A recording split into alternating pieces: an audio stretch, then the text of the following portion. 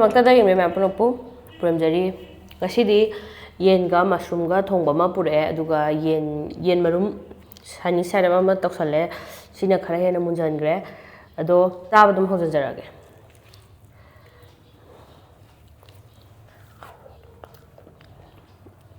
ꯑꯩꯅ ꯆꯥꯒ ꯆꯥꯒꯦ ꯍꯥꯏꯅ ꯆꯥꯒ ꯉꯥꯛ ꯈꯥꯛꯑꯝꯃꯤꯃꯤ ꯏꯝꯐꯥꯜ finance cooperative thrift and credit ꯁꯣꯁꯥꯏꯇꯤꯅ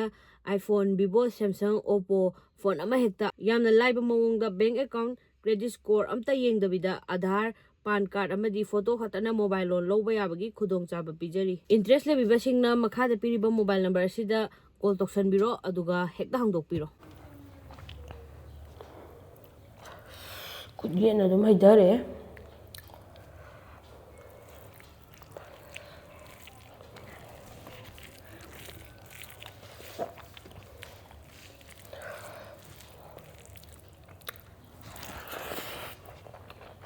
mushroom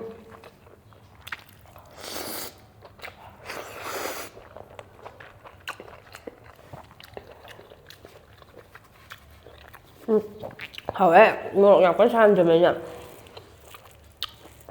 뭐 살이 싸백등 하면 되는데 오므로꾸지 하빠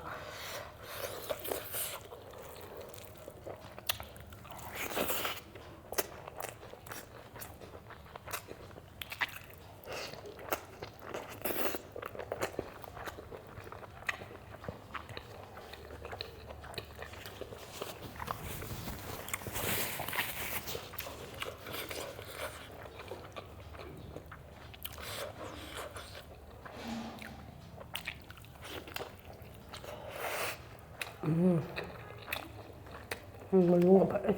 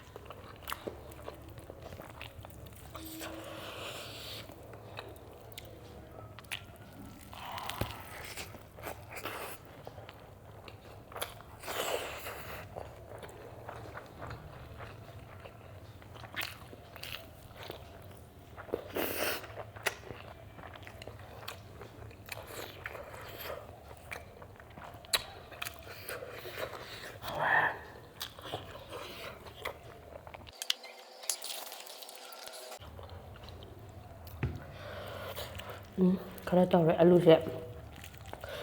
ꯊꯦꯡ ꯍꯥꯞꯄꯔꯣꯏꯒꯦ ꯇꯧꯔꯒꯅꯦ ꯊꯦꯡꯅ ꯍꯥꯞꯄ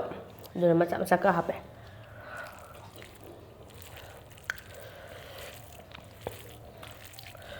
ꯑꯂꯨ ꯌꯥꯎꯗ꯭ꯔꯗꯤ ꯏꯍꯥꯡ ꯍꯥꯡꯗꯣꯏ ꯃꯥꯜꯂꯦꯅ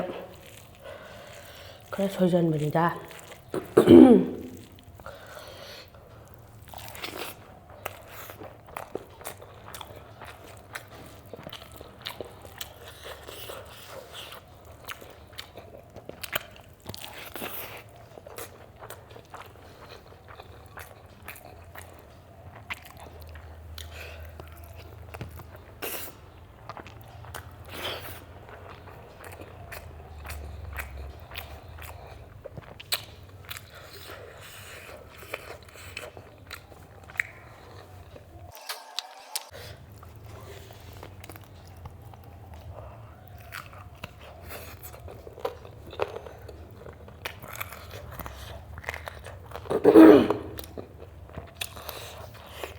ꯉꯁꯥꯏ ꯃꯩ ꯃꯨꯠꯇꯅ ꯂꯩꯔꯨꯔꯦ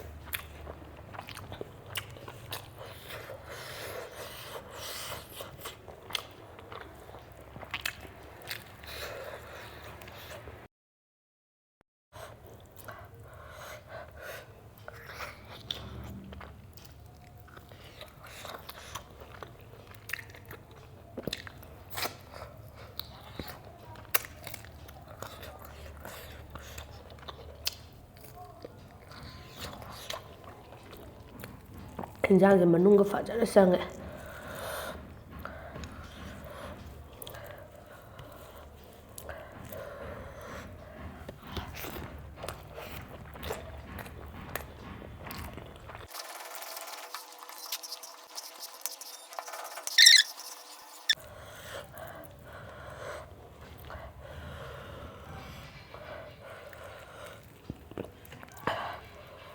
와.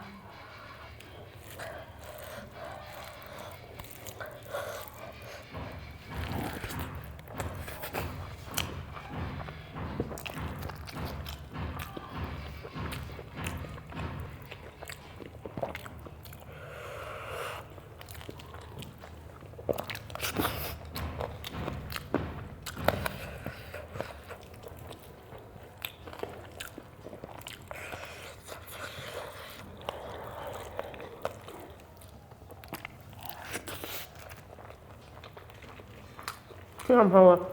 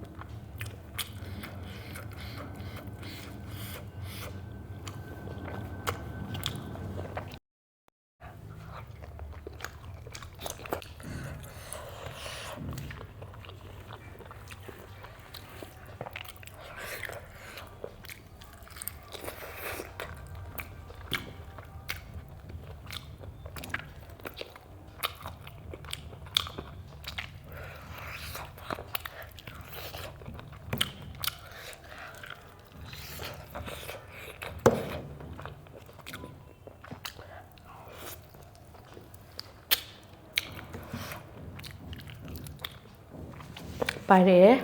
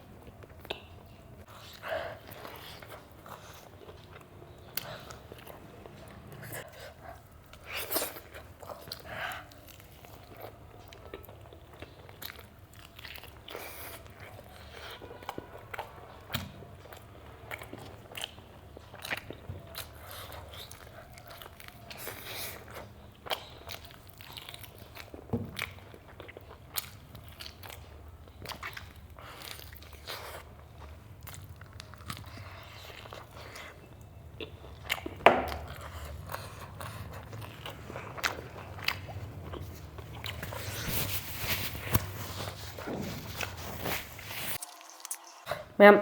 ꯁꯤ ꯌꯦꯟꯖꯥꯡꯁꯤꯗꯤ ꯌꯨꯝꯗ ꯇꯦꯁ ꯇꯧꯕ ꯌꯥꯏꯀꯣ ꯍꯥꯟꯅ ꯆꯥꯕꯨꯗꯤ ꯌꯥꯝ ꯆꯥꯅꯔꯝꯕꯅꯤ ꯑꯗꯣ ꯆꯥꯗ꯭ꯔꯤꯕ ꯂꯩꯔꯒꯗꯤ ꯁꯤꯗꯤ ꯇꯦꯁ ꯇꯧꯊꯣꯛꯄ ꯌꯥꯏ ꯈꯨꯍꯥꯎ ꯑꯃ ꯂꯩꯇ꯭ꯔꯦ ꯑꯗꯣ ꯚꯤꯗꯤꯑꯣꯁꯦ ꯉꯁꯤꯒꯤ ꯃꯇꯥꯡ ꯁ꯭ꯋꯥꯏꯗ ꯂꯣꯏꯁꯤꯟꯖꯔꯒꯦ ꯅꯨꯡꯉꯥꯏꯔꯒꯗꯤ ꯂꯥꯏꯛ ꯇꯧꯕꯤꯔꯝꯃꯣ ꯆꯦꯅꯦꯜꯁꯤꯕꯨ ꯁꯞꯄꯣꯔꯠ ꯇꯧꯕꯤꯕ ꯑꯣꯏꯅ ꯁꯕꯁꯀ꯭ꯔꯥꯏꯕ ꯇꯧꯗꯕ ꯌꯥꯎꯔꯗꯤ ꯇꯧꯁꯟꯕꯤꯔꯝꯃꯣ ꯂꯣꯏꯁꯤꯜꯂꯛꯄꯗ ꯃꯌꯥꯝ ꯄꯨꯝꯅꯃꯛꯄꯨ ꯑꯃꯨꯛꯀꯁꯨ ꯍꯟꯅ ꯄꯨꯅꯦꯝꯖꯔꯤ